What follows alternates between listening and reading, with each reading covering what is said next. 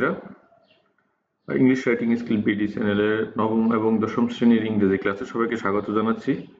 আমাদের আজকে অধ্যয়নের বিষয় হচ্ছে ইউনিট 4 ইভেন্টস অ্যান্ড ফেস্টিভ্যালস, ঘটনা এবং উৎসব, লেসন 2 মে ডে, মে দিবস।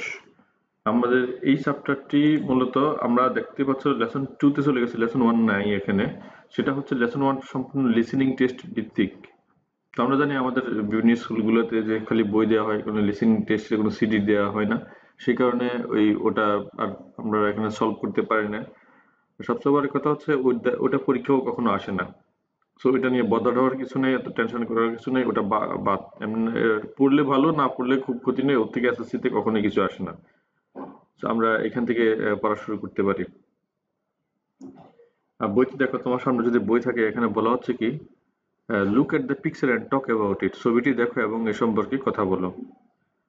ছবিতে তুমি কি দেখতে পাচ্ছ সেটা নিয়ে প্রশ্ন। ছবিতে দেখবা যে তোমার সামনে যদি বইটা থাকে, দেখো একটা মুষ্টিবদ্ধ হাতের মধ্যে হাতে একটা হ্যামার আছে, এরকম মেড এর প্রতীক হিসেবে। ওই ছবিটা দেখিয়ে জানতে চাচ্ছি এখানে আসলে কি বোঝাচ্ছে। তো আমরা চলে যাচ্ছি এখানে পড়ায়। What do you see in the picture?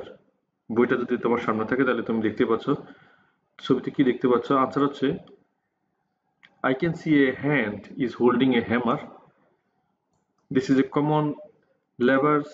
a common symbol of labor movement and socialism, often associated with May Day. আমি দেখতে পাচ্ছি যে একটি হাত একটা হাতুড়ি ধরে আছে। এটি শ্রম আন্দোলন এবং সমাজতন্ত্রের একটি সাধারণ প্রতীক, যা প্রায়শই মে দিবসের সাথে যুক্ত থাকে।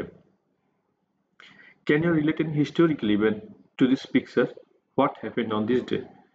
তুমি কি এই ছবির সাথে কোনো ঐতিহাসিক ঘটনাকে যুক্ত করতে পারো বা সম্পর্কিত করতে পারো? এই দিনে কি ঘটেছিল? এর আনসার হচ্ছে yes. This would be a direct reference to the date of May Day. হ্যাঁ, এটি সরাসরি মে দিবসের প্রতি ইঙ্গিত করে। It is celebrated on May 1st each year and commemorate the Haymarket Affair, which occurred in Chicago on May 4, 1886. এটি সরাসরি মে দিবসের তারিখের প্রতি ইঙ্গিত করে। এটি প্রতি বছর 1লা মে উদযাপিত হয় এবং 1886 সালের 4টা মে শিকাগোর হেইমার্কেটের ঘটনাকে স্মরণ করে। This event involved a labor demonstration that turned violent, leading to the death of both police officer and civilians. এই ঘটনার এক শ্রমিক আন্দোলন গঠিত হয়েছিল, যা সহিংস রূপ নেয় এবং পুলিশ ও সাধারণ জনগণের মধ্যে এখানে অনেকের মৃত্যু ঘটেছিল। আর সবচেয়ে বড় কথা হচ্ছে কি, এটা ঘটনাটা আমরা অনেকে জানি। মে দিবস ধরো আগে শ্রমিকরা খুব অমানবিক 14 ঘন্টা লম্বা পরিমাণ সময় কাজ করা লাগতো। 24 ঘন্টার মধ্যে 14 ঘন্টায় কাজ করা লাগতো। তো মানুষের কোনো বিশ্রাম ছিল না, অমানবিক একটা কাজ ছিল। সেই কারণে পরে শ্রমিকরা আন্দোলন করে 8 ঘন্টার ঘন্টার জন্য আর কি, ডিউটির জন্য। সেই আন্দোলনটাই পৃথিবীতে ইতিহাস হয়ে যায় এবং তখন থেকে কিন্তু এখন পর্যন্ত এই 8 ঘন্টা ঘন্টা যেটা মানুষের এখন চলছে, মানে মানুষের কাজের সময়টা হচ্ছে 8 ঘন্টা। অফিস আদালতে বলো, ফ্যাক্টরিতে বলো, সবখানেই। এর বাইরে কাজ করলে অনেক সময় ওভারটাইম দিতে হয়। আচ্ছা, আমরা এরপর দেখি, read the text and answer the questions that follow. পাঠটা পড়া এবং পরবর্তী প্রশ্নগুলো উত্তর দাও।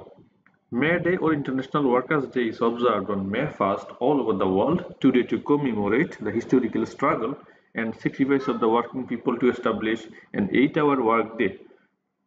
মে দিবস বা আন্তর্জাতিক শ্রমিক দিবস প্রতি বছর 1লা মে বিশ্বব্যাপী পালিত হয়, যাতে শ্রমিকদের 8 ঘন্টার কর্মদিবস প্রতিষ্ঠার জন্য তাদের ঐতিহাসিক সংগ্রাম এবং আত্মত্যাগ স্মরণ করা হয়।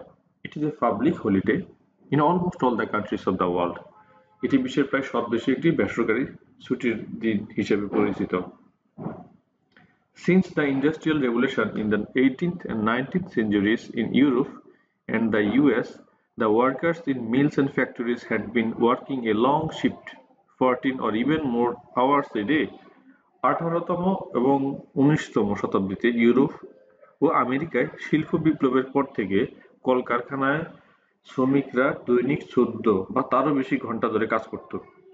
On May 1st, in 1886, inspired by the trade unions, half of the workers at the McCormick Harvesting Machine Company in Chicago went on a strike demanding an 8-hour workday.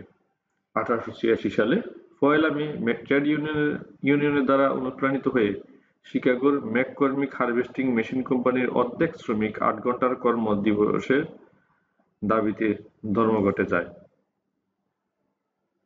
তো এখানে এরপর হচ্ছে 2 days later, 2 দিন পর, a workers' rally was held near McCormick Harvester Machine Company and about 6,000 workers joined it. 2 দিন পর McCormick harvester machine কোম্পানির কাছে এক শ্রমিক সমাবেশ হয়, যেখানে প্রায় 6,000 শ্রমিক সেখানে কাজে যোগ দেয়। তারপরে হচ্ছে the rally was addressed by the labor leaders. They urged the workers to stand together, to go on with their struggle and not to give in to their bosses. শ্রমিক নেতারা এই সমাবেশে বক্তব্য দেন। তারা শ্রমিকদের একত্র থাকার, সংগ্রাম চালিয়ে যাওয়ার এবং কর্তৃপক্ষের কাছে আত্মসমর্পণ না করার আহ্বান জানান। At one point of the rally, some strike breakers started leaving the meeting place. The strikers went down the street to bring them back. সমাবেশের এক পর্যায়ে কিছু ধর্মঘট ভঙ্গকারী সভাস্থল ছেড়ে যেতে শুরু করে। ধর্মঘটকারীরা তাদের ফিরিয়ে আনতে রাস্তায় নেমে যায়। Suddenly, about 200 policemen attacked them with clubs and revolvers. হঠাৎ প্রায় 200 পুলিশ সদস্য লাঠি ও রিভলভার নিয়ে তাদের উপর হামলা চালায়। One striker was killed instantly, 5 or 6 others were seriously wounded and many others were injured. একজন ধর্মঘটকারী ঘটনাস্থলে নিহত হন, 5 বা 6 জন গুরুতর আহত হন এবং আরো অনেকে আহত হন। এখন আমরা কোশ্চেন আনসার যাব। ধরো এই যে প্যাসেজ পড়লাম এর অনুযায়ী আমাদের উত্তরগুলো করতে হবে। প্রথম প্রশ্নটা হচ্ছে, what does May Day refer to? মে দিবস কি নির্দেশ করে? আনসার হচ্ছে, May Day refers to the International Workers' Day, which is observed on May 1st every year to commemorate the struggle and sacrifice of workers in establishing an 8-hour workday. মে দিবস আন্তর্জাতিক শ্রমিক দিবস হিসেবে পরিচিত, যা প্রতি বছর 1 মে পালিত হয় শ্রমিকদের সংগ্রাম এবং আত্মত্যাগ স্মরণ করার জন্য, যারা 8 ঘন্টার কর্মদিবস প্রতিষ্ঠার জন্য লড়াই করেছিল। 2 নম্বর প্রশ্নটা হচ্ছে, How long did the workers have to work in a day before the May 1st strike? Before the May 1st strike, workers had to work 14 hours or more per day in mills and factories. 1 মে ধর্মঘটের আগে শ্রমিকদের প্রতিদিন 14 ঘন্টা বা তার বেশি সময় মিল ও কারখানায় কাজে যেতে হতো। Why did the workers in Chicago go on a strike? শিকাগোর শ্রমিকরা কেন ধর্মঘটে গিয়েছিল? Answer হচ্ছে, the workers in Chicago went on a strike to demand an 8-hour workday and protest against harsh working conditions and exploitation by factories owners. Chicago শ্রমিকরা 8 ঘন্টার কর্মদিবসের দাবি জানাতে এবং কঠোর কাজের পরিবেশ ও মালিকদের শোষণের বিরুদ্ধে প্রতিবাদ জানাতে ধর্মঘটে গিয়েছিল। What do you learn from the event of May 1st, 1886? 1886 সালের 1 মের ঘটনা থেকে তুমি কি শিখলা? The events of May 1st, 1886 teach us that workers must unite and fight for their rights to gain better working conditions, fair wage and dignity. It also highlights the importance of labor movement in shaping workplace rights today. তো বলা হচ্ছে 1886 সালের 1 মে ঘটনাগুলোতে আমাদেরকে শেখায় যে শ্রমিকদের অবশ্যই একত্রিত হতে হবে এবং তাদের অধিকার অর্জনের জন্য লড়াই করতে হবে, যাতে ভালো কাজের পরিবেশ, ন্যায্য মজুরি এবং সম্মান পেতে পারে। এটি আজকের কর্মক্ষেত্রে শ্রমিক অধিকার গঠনের ক্ষেত্রে শ্রম আন্দোলনের গুরুত্বকে তুলে ধরে। মানে আমি এখানে বলা যে তুমি কি শিখলে, আমরা বলতে পারি আমরা শিখলাম যে তাদের সেই দিনের সেই মুভমেন্টটাই আজকের দিনে পর্যন্ত কাজের ঘন্টাটাকে যে 8 ঘন্টা রাখা, এটার জন্য তাদের অনেক বড় স্যাক্রিফাইস। তারপর আসি আমরা কোশ্চেন, এখানে সি দেখো, fill in the blanks with verbs given in the box, put them into their correct forms. বাক্যে বা মানে বাক্সে দেওয়া ক্রিয়াগুলো দিয়ে শূন্যস্থান পূরণ করো, তাদের সঠিক রূপে বসাও। আচ্ছা, এখানে আমরা দেখি অ্যাড মানে হচ্ছে, দেখো তোমার কাছে যদি বইটা থাকে, দেখো বক্সের মধ্যে দেয়া আছে, শব্দগুলো আমরা অর্থ করি। অ্যাড মানে যোগ করা, অ্যারাইভ মানে পৌঁছানো, বিগিন শুরু করা, ডু অর্থ করা, হিয়ার অর্থ শোনা, লিভ অর্থ বাস করা, সেন্ড অর্থ পাঠানো, সাপোর্ট হচ্ছে সমর্থন করা, ট্রেড অর্থ পদদলিত করা, ওয়ার্ক অর্থ কাজ করা। আচ্ছা, এখন দেখো এখানে আমাদের তুমি যে লাল মার্ক করা শব্দগুলো দেখতে পাচ্ছ, এগুলো হচ্ছে কারেক্ট আনসার, শূন্যস্থান। এটাকে তোমাদের পক্ষ থেকে আমি পূরণ করে দিয়েছি যেন তুমি বুঝতে সহজ হয়। আর আমরা এখন পড়ে দেখি। Tania is a poor garment worker. Tania একজন দরিদ্র পোশাক শ্রমিক। She works in a big garment factory in Gazipur. সে গাজীপুরের একটি বড় পোশাক কারখানায় কাজ করে। She lives in slum with a few fellow workers. সে কয়েকজন সহকর্মী নিয়ে একটা বস্তিতে বাস করে।